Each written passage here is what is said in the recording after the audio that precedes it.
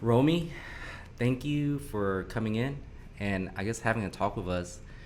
You know, so you own Code Ninjas, right? Right. Right there off of Memorial, kind of near Gessner, between Gessner and Beltway.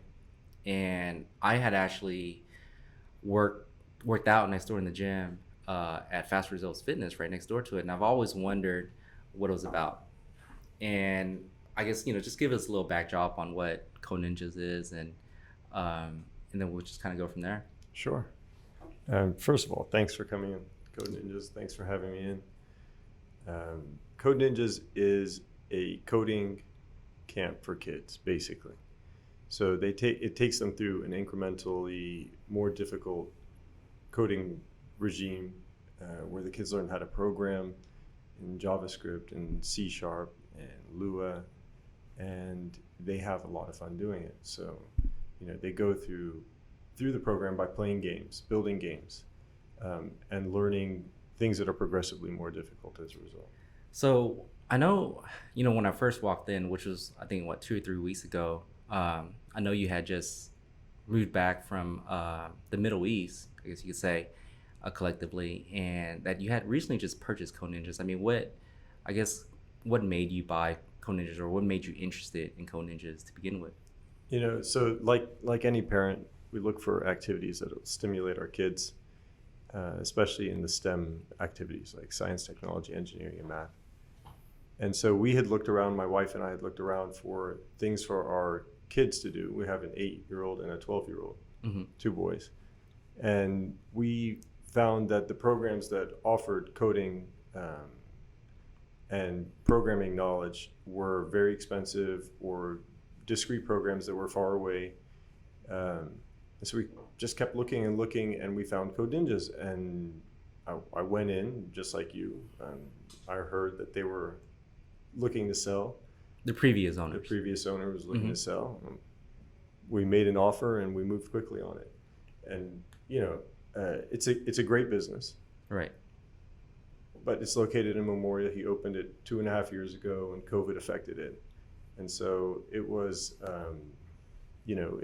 time for him to go and time for me to come in, and it worked out great. Right. Yeah. You know, it's I think the world around us, it's changing constantly. I as far as technology, it's funny because I think in almost like every industry, right? If you look around, and there's been like some huge kind of change or movement to it, it never actually comes within the industry itself. It's actually a technology-based company that's come in and created some kind of movement in it, and that kind of flips the industry. Um, so was that, being interested in it, was that like because of some kind of outside factor? Like that's what got me interested, or I wanted my kids to be more computer proficient because of those things. Oh, absolutely. So I'm a lawyer, Right. but my undergraduate degree is in computer science. So I've always loved computers and computer science. And like you say, we've witnessed in our lives what someone like Bill Gates has called paradigm shifts, right? Right. We've seen these paradigm shifts more than once in our own lifetimes. And so, we're witness to that. Whereas, previous generations may see one or two things during their whole lifetimes that are, monumental shifts. And we see them, rampantly now. And so I wanted my kids to have that access to something that's kind of like a baseline knowledge now, right? Right. So when we were kids, when I did computer science and I was in the computer club, it was not a cool thing to do, Right. and it was very marginalized, and it was very much on the outskirts of what people were expecting. Now it's absolutely a necessity for kids to have a base of programming or coding knowledge, Mm-hmm. almost as important as literacy. And in the future, it's absolutely going to be as important as literacy. Knowing a programming language is going to be as important as knowing, Spanish or French or Italian or any other language, Right. maybe even more.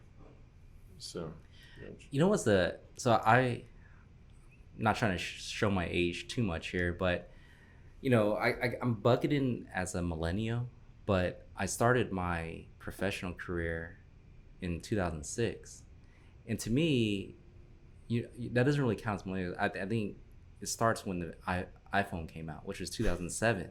So I didn't grow up with a phone in my hand, and I think millennials, I consider millennials are kids that grew up with a phone in their hand. But I do work with younger people, and what I find funny recently is that I've noticed that the younger generation, they're not proficient in typing on a keyboard. And I thought that everyone would be very proficient, I guess, but I guess people just use their phones so much now that they're not proficient on typing on a regular keyboard anymore. I mean, have you seen that recently, or? Yeah, even in my own kids, until they started doing coding, like, especially modifications in Minecraft and other games that allow that, once they started building their own modifications, they learned how to type. Whereas before, they were just kind of pecking at the keyboard.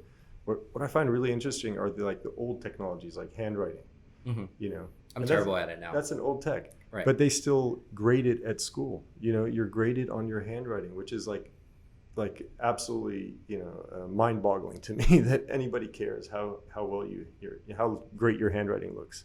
That is funny because my handwriting has gotten worse, and I feel like if I write more than a sentence now, that my hand just kind of tires, and my handwriting is just terrible. Yeah. Kind of going along, I guess, with the world around us. I'm not too familiar with it, but you hear about NFTs, certain NFT arts going for ridiculous amounts of money, and I'm sure those are one-off situations, not necessarily like the norm or anything. I've heard, I think even in real estate, I think an NFT house sold for a ridiculous amount of money. Certainly I don't know too much about it, but does what Code Ninjas do, does that kind of like lend into that in some way, or? Well, honestly, thankfully, no. Okay. Because the NFTs, and I think it stands for non-fungible tokens, right? It's like an ascribed value for something, and a digital marker on that thing, right? So yes, the technology that's involved is something that a kid could learn at Code Ninjas. And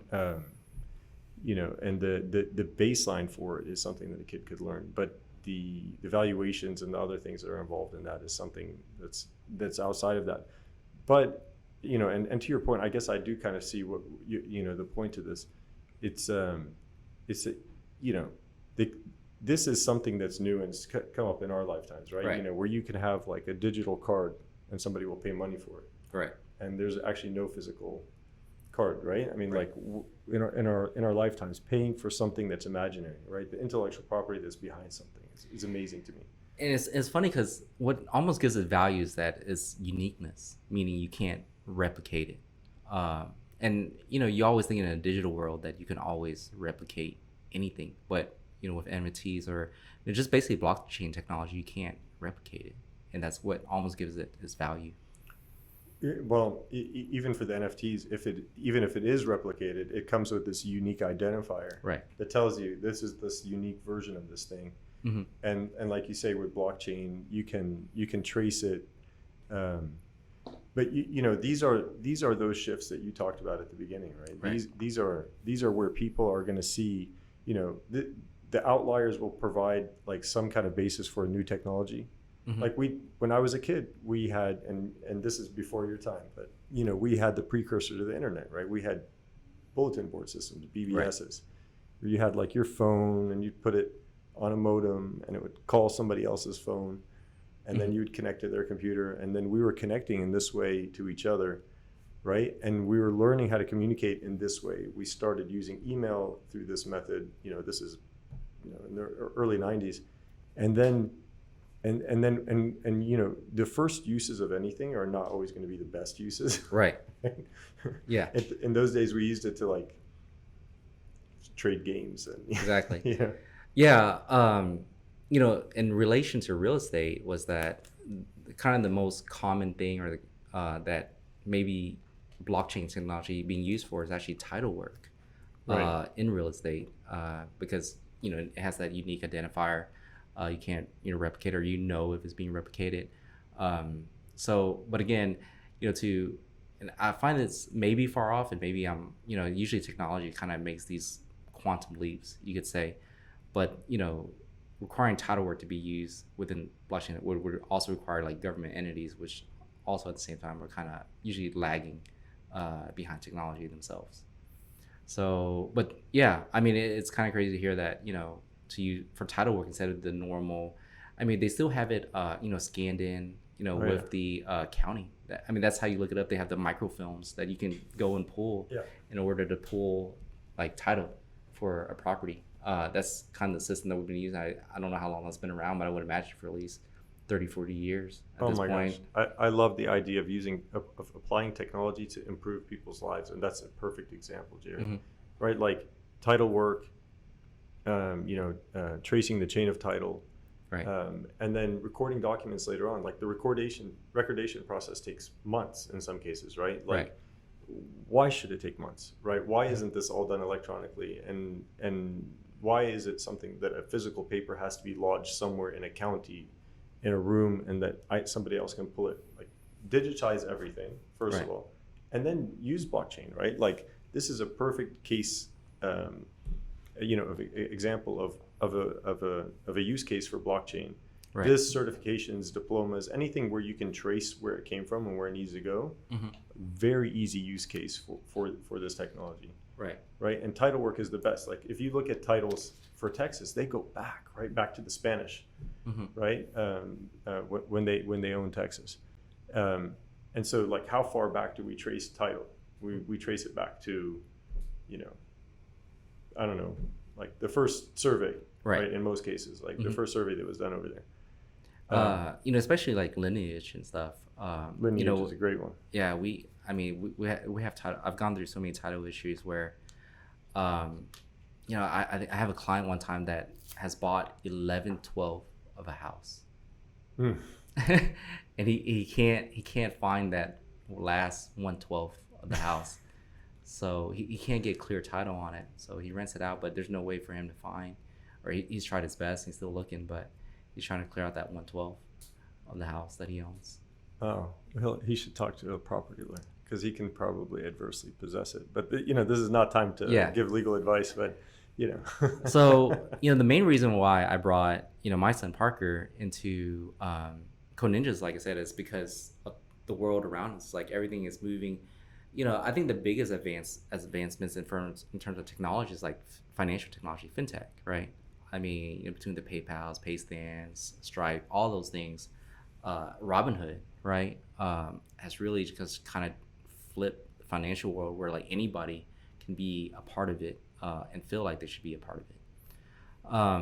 Great example, by the way. I love the example of Robinhood, right? Like, this is an example of a technology it's sitting there, right? It's somebody came up with the idea of like using your phone, your app to be able to trade, and you can trade in much smaller slices than you could have before, right? This is such a great example of technology changing things. And look at what happened, right? The huge swings in the market now are a result of, retail investors. Not the whales, but not the funds and stuff, but retail investors collectively coming together and creating the huge swings in the market.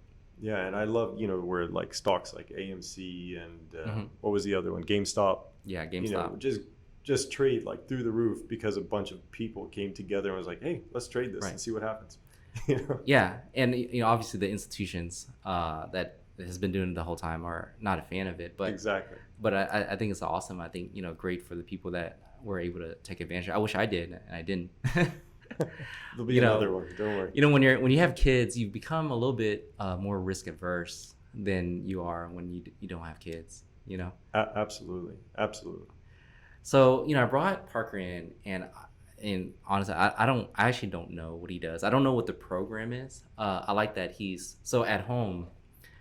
We don't really provide him like an iPad or anything, or he's never stuck to an iPad. I think I just heard recently somewhere where they're saying that all the Silicon CEOs or Silicon Valley CEOs and stuff, they never provide iPads or stuff to their children because they don't think it's good for them. It takes away from their attention. So at home, I really don't. I try hard not to give him. We have tablets, but he's generally not on it. Try to be more outgoing and social and stuff. So what is like, so Parker's 5, and I think that's kind of like the initial, right? 5 Right. is the youngest that you can be in there. Right. What is he learning? I really don't even know. I mean, it'd be great for me to know now. So I think Parker's in the Junior Create program, and Mm-hmm. in Junior Create, they start by using something called Scratch Junior. Mm-hmm. And basically it's like a drag and drop where they have commands and they're all on the side of the screen. It's like turn left, go forward, Right.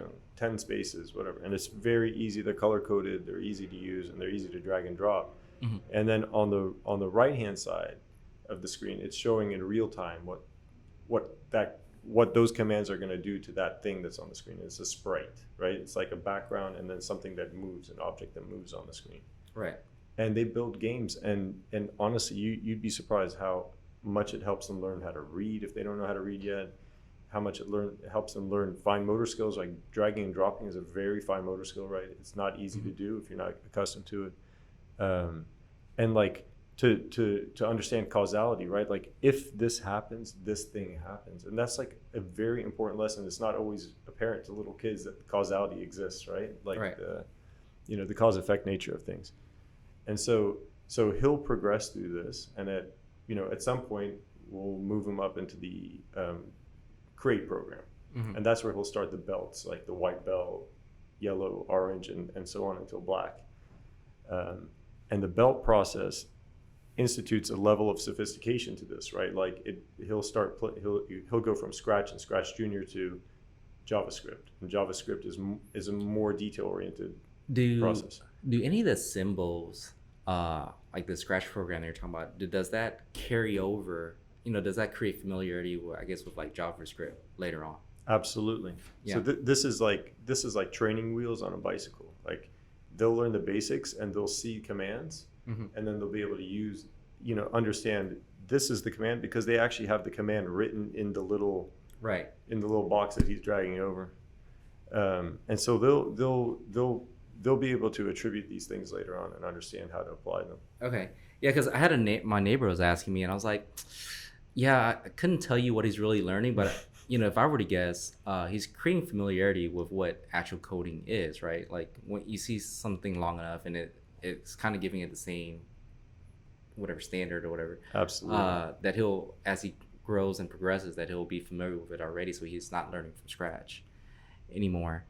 That's absolutely right. And I know other than, I guess, coding and stuff, I know you had some other like camps or something at Code Ninjas. One of them you mentioned was actually like chess. Yeah. So what are other programs beyond chess or that you guys make available at Code Ninjas? So we've kind of built our center around my kids, right? So whatever my kids like, we have it there. Right. And my kids like Roblox, they like Minecraft, they like Dungeons and Dragons. Why? So it's funny, and I'll stop you there real quick. Was that so? There's a program at our school where it's chess and Minecraft, and I've never played Minecraft my whole life. Why is Minecraft like considered, I guess, a great tool to develop for development purpose? It's interesting because like it's one of those things where like graphically it's like almost like an 8-bit graphic, right? It's like very low res graphics, but it's not. You're building worlds that are enormous within this thing. Right. And kids love it because everything is customizable in there. Right? I've actually never played it, but I've watched my kids play it so many times. Everything is customizable, and they're building and forging things. So they have to make things. They have to like dig through stuff. They have to find resources. I mean, it's a really great primer for life, right? You've got to get something. You have to Helps work. critical thinking. Yeah, Essentially. it absolutely helps their critical thinking, especially when they get into these games of survival against with others, right? So they're thinking, they're surviving, they're building stuff, they're forging it as they go. What will help me along the way? And they're strategizing. Now, combining with chess is great, right? Because chess is a different kind of strategy. Chess is a strategy in a fixed 64 pieces, right? Like 64 squares. Right. That's what you've got. You've got, 32 pieces on 64 squares. Like, get to it.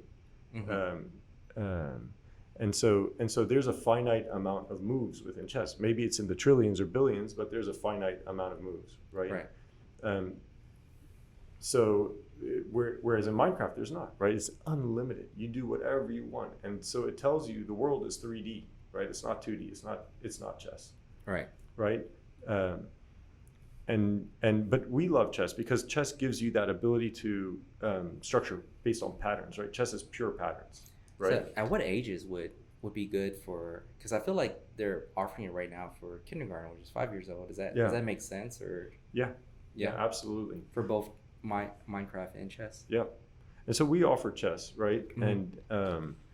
And we have this great sensei who's going to lead them through chess. Right. Chess is next week, actually. We've combined it with Roblox, and we think it's a fantastic tool for these kids, right? Because they're learning patterns, they're recognizing, again, more causality, right? But they're also looking ahead, like how many steps ahead can I look, right? The best chess players look 3 steps ahead, right? Or whatever. Like I look 1 maybe, Yeah. But the sooner you can learn that, right? The sooner those synapses are like connected in your brain, like these are the ways that you can look at things earlier. The better. And so, let's let them play from very young ages, but give them something that's beyond that, right? You don't want them to think the world is those 64 squares. You want them to know the world is open to their opportunities, right? And then people ask, like, why do I have it in a coding camp, or like, what, you have a coding school, a dojo center, why would I have it there?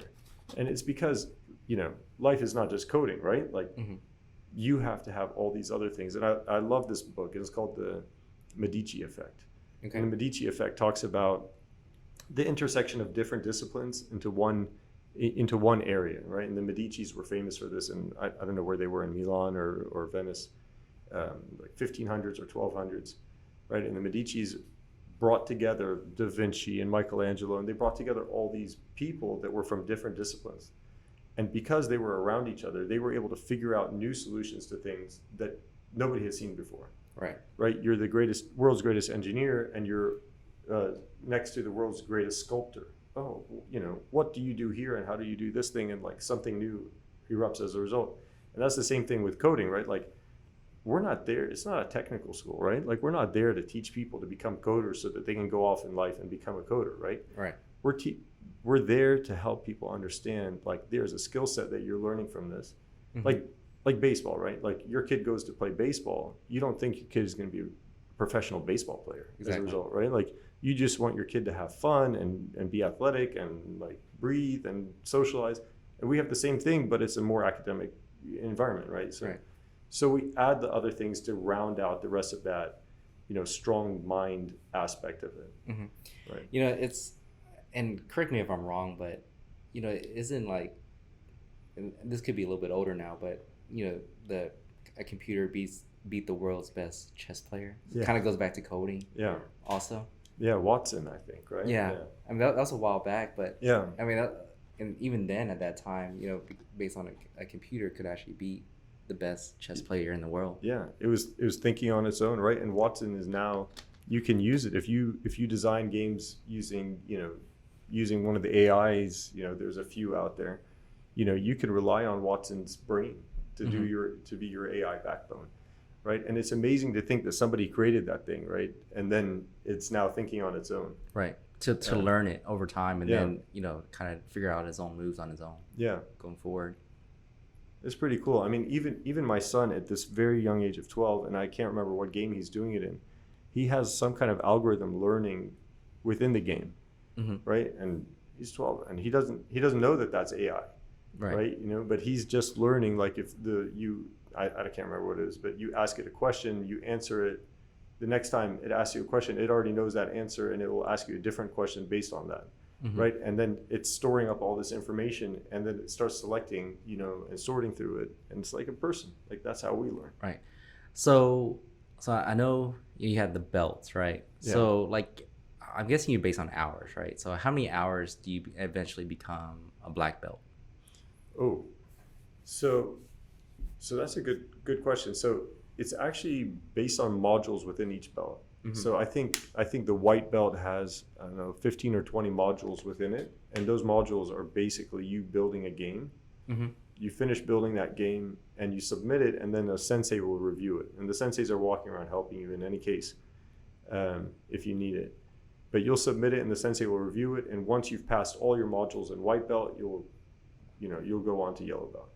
So yellow belt has, I don't know, 35 modules in it, right? And each one is progressively more difficult. And you can skip around within the modules, like within your belt. Mm-hmm. But I would say, like, if you were dedicated, come probably 2 days a week, you could get to black belt in a couple of years. Okay. Yeah. So what ages do you kind of, like, at what age should you not, like, if you're too old, what would be considered too old to be showing up to Code Ninjas? Well, our program is really designed for 5 to 14. 5 to 14. Okay. Yeah. But, we do have some ninjas that are older than that, mm-hmm. but usually not starting out, right? Usually they start out within the 5 to 14 range. Yeah. But there is there's like a plan, probably for there to be more advanced Code Ninjas, like for people to do, the adults to do. Right. So I don't know how to play chess. Something I always want to learn. So like I said, at my kids' school, they're having a chess program. Like, can I sign up and actually learn?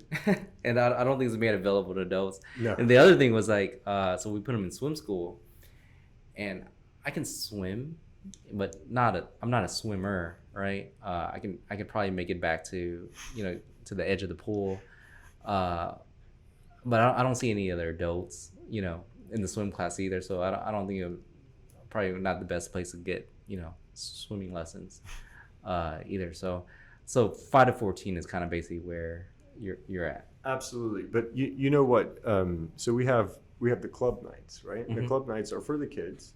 Right. But you've seen what we have there, right? Like, it's a community. You come in and, you're talking to the other parents. We're introducing. We're first and foremost a community, right? Like, mm-hmm. We want to benefit our community over there, and we want everyone to benefit from us. And so, I mean, I have a bunch of chessboards. Do you want to learn how to play chess? Just sit down and watch Parker play, and come, we'll play, and the senseis will play, and I'm sure another adult will say, he wants to do something or she wants to do something. Mm-hmm. I mean, I think it's a cool skill to have. They invented a game that was the response to chess, right? I think the chess was invented by, I can't remember, the Persians, and then some king said, I'll send you my response to chess, and he invented backgammon. Oh, backgammon. Right? Yeah, and he said backgammon was the response to chess because it introduces the dice, and dice are luck. Mm-hmm. And in life, you need luck as well as skill. Yeah. Right? So maybe you and I will play some backgammon. I don't know why. I have these memories. I don't know anything about backgammon, but, if you're old like I am, like, the only time there was a reference to backgammon was, like, in the movie Cruel Intentions. That was a while back, but he pretended like he was playing backgammon with a. So I kind of associated that with some kind of European game. Yeah, it's like you go to anywhere in the Middle East and you find people sitting there drinking their tea at nighttime. They have a table in front of them and they're playing backgammon. And is that right? Yeah. Is it that popular of a game? Yeah. It's I almost feel like that's like mahjong or something in China. It's the same popularity in the Middle East. Interesting.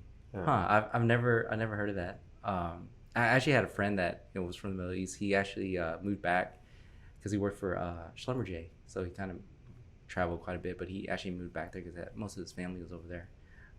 He never mentioned backgammon to me, but now I'm kind of interested in what that game is, and in reference to knowing it being in a movie from a while back.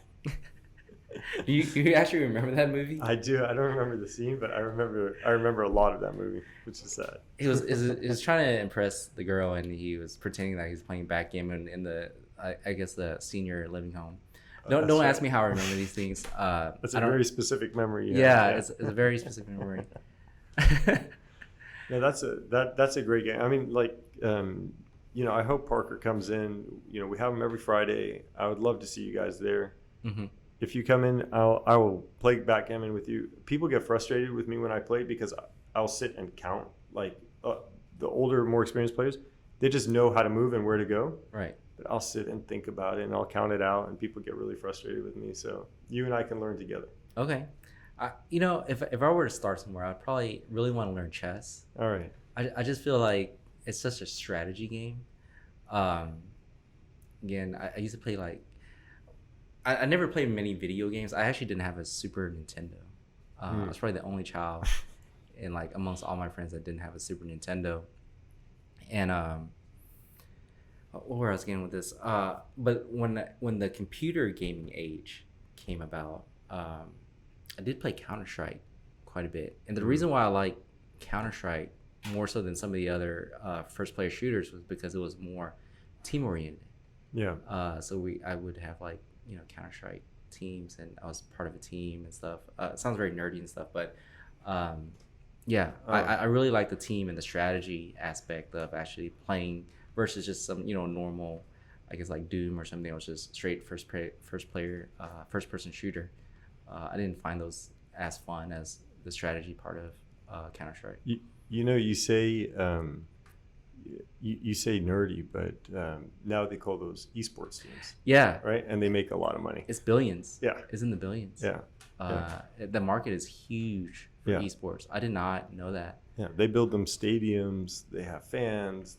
People watch. I watch people play games online, and I'm not that kind of person to watch somebody play another guy on, like, you know, Clash Royale or something online. Like, I'll watch it. Yeah, I was actually at a conference in Vegas one time, and at the conference we actually got one of the MGM Resorts executive come and, you know, give us our keynote speech, and he was saying that the esports tournament, whatever, World Series, I don't know what they called it, was actually up there in terms of attraction to Vegas, like one of the biggest conventions for now. I think the biggest one was like EDC, you know, electronic dance music, but followed by, you know, was it the consumer electronics, or that could be the biggest one. Yeah. What is it called? CES. Yeah, there you go. And then he was saying that esports. His point was esports is like, you got to be aware, like there's certain, you know, like esports is like $1 billion industry now, multi-billion dollar industry now, which is, you know, up there with like, you know, NBA, NFL, MLB now, and a lot of people are completely unaware of that fact.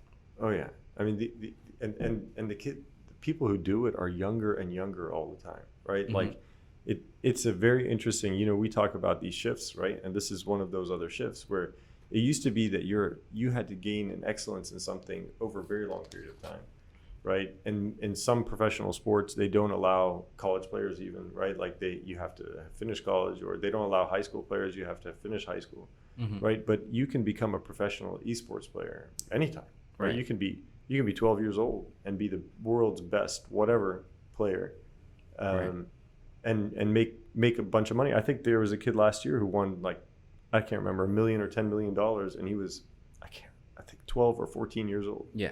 Like, that's amazing. It's crazy. I wonder if there's a, you know, in regards with parents, right? Is there like a negative connotation if you just see your child just play so much computer games? Like, you know, you just kind of think like, this can't be good. And then you kind of try to take them away from it. Yeah. I mean, I guess like each parent will have their strategy, and who knows who's right, like we'll never know. We have adopted the approach of the ranged approach, right, which is like, you know, let the kids try everything, let them do everything, but nothing in excess, right? So if a kid does anything in excess, whatever it is, it's not good. It's not good for them, and that's kind of been our approach. But you're right. Like, some parents will see their kid playing, you know, 1 hour of a sport, and that, you know, of electronics, and that's too much. Yeah. Right. But there has to be a medium, and each person will find that for themselves. But for us, it's been, you know, I like electronics. I used to play a lot of video games. I think I'm okay as a human being, but, you know, I'm okay with my kids playing video games, and I'm okay with, and I'll jump in, right, and I'll play with them, and that's also a time for us to bond and hang out. I think I think in the news recently in China, um, kids are not allowed, like by law now, not allowed to play video games on a weekday. Oh wow. I think that just kind of came into effect recently. Yeah, Wow. I read about that. Yeah, no, we got Noah over here, kind of managing Yeah, the videos what's and up? stuff. Yeah, no, I did. They can probably hear me, but I read about that the other day, which I don't know how I feel about that. That seems a little, I don't know. It seems a little too much. Like any weekday, and then on the weekends they can only play for 3 hours.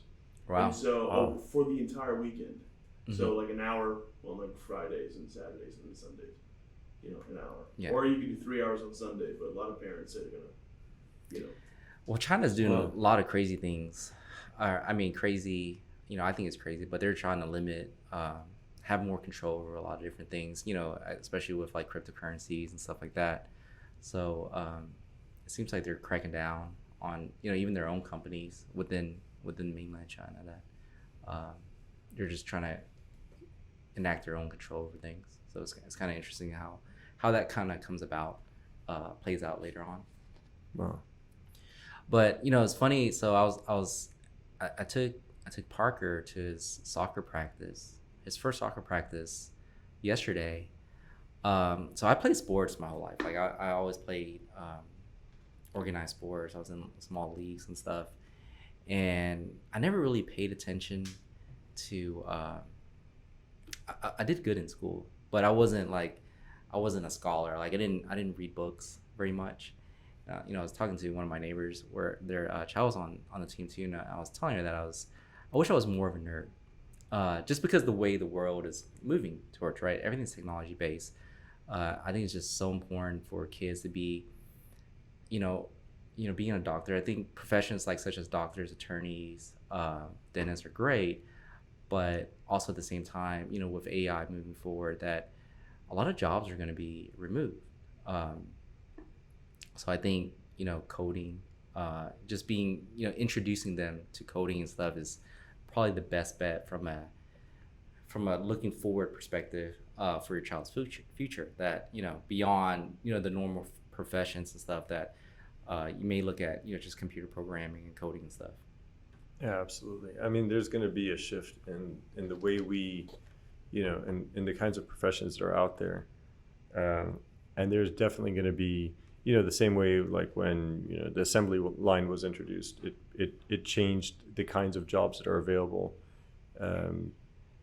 So yeah, we'll have that shift. I personally don't see it as something that to fear. Like a lot of people think, oh, computers take over. No, there's going to be something else that we're going to need to do. Mm-hmm. And so we've been all for that shift. I mean, and when you talk about, education, doctors, lawyers and things, I think that's a very important point. I mean, my wife's also a lawyer, right? And so we tell our kids all the time, we'd be happy for you to go to law school, but don't become a lawyer, right? Like, don't be a lawyer. And the reason is because we love the way you're taught to think somewhere. You're given the opportunity to think in a new way, right? And then you can apply that in however you want, right? You don't have to learn to think like a lawyer and be a lawyer. You can learn to think like a lawyer and be a doctor or engineer or computer programmer or like own a store or whatever, right? There's just a new way to think. The value in it. You still can get the value of having, learning to be an attorney. Yeah, exactly. In every profession. Right. And it's just kind of like, it helps you to kind of think in a different way. And, I mean, that's all we're doing now. I mean, I don't want to keep bringing it back to Code Ninjas, but it is one of those things. Like, it's a kind of place where you're just taught to think in a different way, and then we round it out, right? Like, we're going to have a literacy club starting next month, and it's going to be, it's October, so it's going to be Harry Potter. We're going to have a robotics club, and that one, the younger kids. What would the literacy club entail? Like, talk about books. Okay. Yeah, because like the best games. Right, the best games out there, the best apps, the best things have the best story with them, right? I don't know if you watch HBO, not HBO. If you watch Apple TV Plus, there's like a very cool new show called Mythic Quest, and it talks about like there's a guy who's the storyteller. And he's a fabulous character, but the story makes the game, right? Right. Like you have to feel part of it. You have to understand who all the characters are. I'll get you a new mic after this. Oh, no, you're fine. I've hit it like 14 times. So No, you're fine. And that's what makes it fun to play. And so that's why we have things like Dungeons and Dragons. Like it's something you're going through an adventure and you're thinking and you're laterally thinking and you're working as a team, Mm-hmm. right? And how does that affect, your ability to code? Well, it doesn't at all, except that it makes you a more well-rounded person. The Medici Effect comes back in, right? Like you're a better human being as a result, like more well-rounded. Who knows if we're better or worse, but you're more well-rounded and you will create better things, whatever that is. Whether it's a computer program or a code or something else. And learning how to code will allow you to understand other things later on. If you are, a broker, a real estate broker, you're a stock broker, or you're whatever, you'll understand something that's a little bit different just because you happen to have that basis in it, right? Right. Yeah, like I said, I think the one thing that I really love like playing Counter is the team aspect of things. And I think that's why I like sports. I think the only sport that I played that wasn't really much of a team aspect was like tennis, and it's probably the least sport, the sport that I enjoyed the least, just because there's not that additional strategy, the layer strategy, and then also kind of working together to achieve that same goal, knowing your strengths and weaknesses, and kind of giving up something that someone else could do better than you can. Acknowledging that fact alone, I think is big for, I think just students growing up. I know that you and I talked about this before, about football, right? Mm-hmm. And I think I like football, right? And part of the reason why I like it, and when I was in the Middle East, when I talked about football, people thought soccer, right? They always thought soccer. Mm-hmm. And I was like, no, I kind of like soccer, but I really like football. And the reason why is exactly what you just said, right? Mm-hmm. Like every single play, the team gets together Mm-hmm. and talks. Right? This is what I'm about to do. This is what you're going to do. Let's do it. And every single play, you have that opportunity to put your best against somebody else's best. Right. In a thoughtful, thought out, planned approach. And it's for such a like physically brutal sport. Mm-hmm. There is so much strategy that's involved and teamwork you wouldn't believe, right? Like it's amazing as a sport. Right. So if I were a parent, or I am a parent, but if you were talking to your parent, and they're like, "What is Code Ninjas? Like how?" Like I said, I had an interest already. So like, let's say someone that if you're didn't have a clue this existed. Like, what would you tell a parent? Yeah, and its benefits, I guess, for their child, right? Thank you for that. I mean, to me, I can only tell a parent what it is to me, right? Mm-hmm. And to me, it's a community. It's a place where the kids come together and they'll learn coding, mm-hmm. but they'll also meet other kids that are like them, that have similar interests. It'll allow them to socialize in a safe way. We're still, we have our COVID restrictions there, and they will like become more well-rounded people, right? So they'll socialize, they'll learn how to do teamwork, right? They'll play games together, they'll play games in concert with each other against other people. Mm-hmm. They'll meet people that are completely different from them, but all have a shared interest, right? From all walks of life, and they'll have a lot of fun. And you'll see, and you've seen it, right? Like kids don't want to leave. Right. They come and they're just like, hey, this is great. And I bribe them. I give them free popcorn. Right. Like so. Right. Absolutely. It's pretty good too. I enjoyed it. Thank you. So like for it to be worthwhile, right? Obviously, I have normal tutoring, I got soccer. What kind of time commitment would it take per week for it to be worthwhile for a child to actually go there? That's a really good question. So we, Code Ninjas offers like a few different plans, and one is like a 1 hour a week, 2 mm-hmm. hours a week, and we've instituted unlimited, right? Like you can come anytime, anywhere. In order to accommodate, busy parents like you, we don't require you to schedule, right? You drop in whenever we're open, mm-hmm. And so long as we're open, you're welcome, right? and we've added these Friday night clubs, right? Like, so from 5 to 7, so it's an additional thing that we're doing at nighttime, to let the parents, bring their kids in and have that. So, but we recommend that there is a dedication, right? So, it is Code Ninjas. It's not like code something else, right? It's something where there's like a certain amount of rigor that should be involved in it, in order for you to progress. Like, if you come in once a month, you're probably not going to benefit from it. Right, exactly. So once a week is the kind of minimum that you need to show up on. We think once a week is reasonable. Like, the people who benefit the most are the ones who come in twice a week. Right. Yeah. And that's twice a week for the, like, actually going through the program and going through the lessons, right? And it's, then the socializing part is like another part, right? So, I would say probably once a week is the bare minimum. Cool. So if a parent was on the fence, right? Best thing that you could tell them that kind of put them over the fence. I'll tell them this. Like, I like the program. I fell in love with it when I first saw it. I liked it so much I bought the place. Right. Right. And so if you're a parent and you are thinking about, like all parents do, right? Like, what do I need to do in order to raise a well-rounded, happy human being, right? Like, that's what every parent wants. You want your kid to be happy. That's it. Done. And so, you'll have to answer that question for yourself.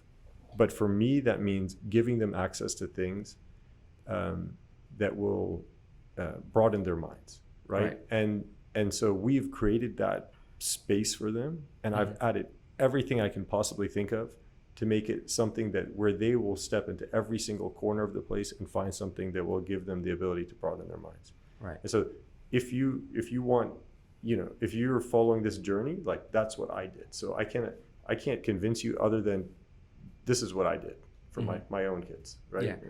I mean, from my perspective, like, I built my own computers growing up in high school and stuff. So I've always been introduced to computers. I used to play video games.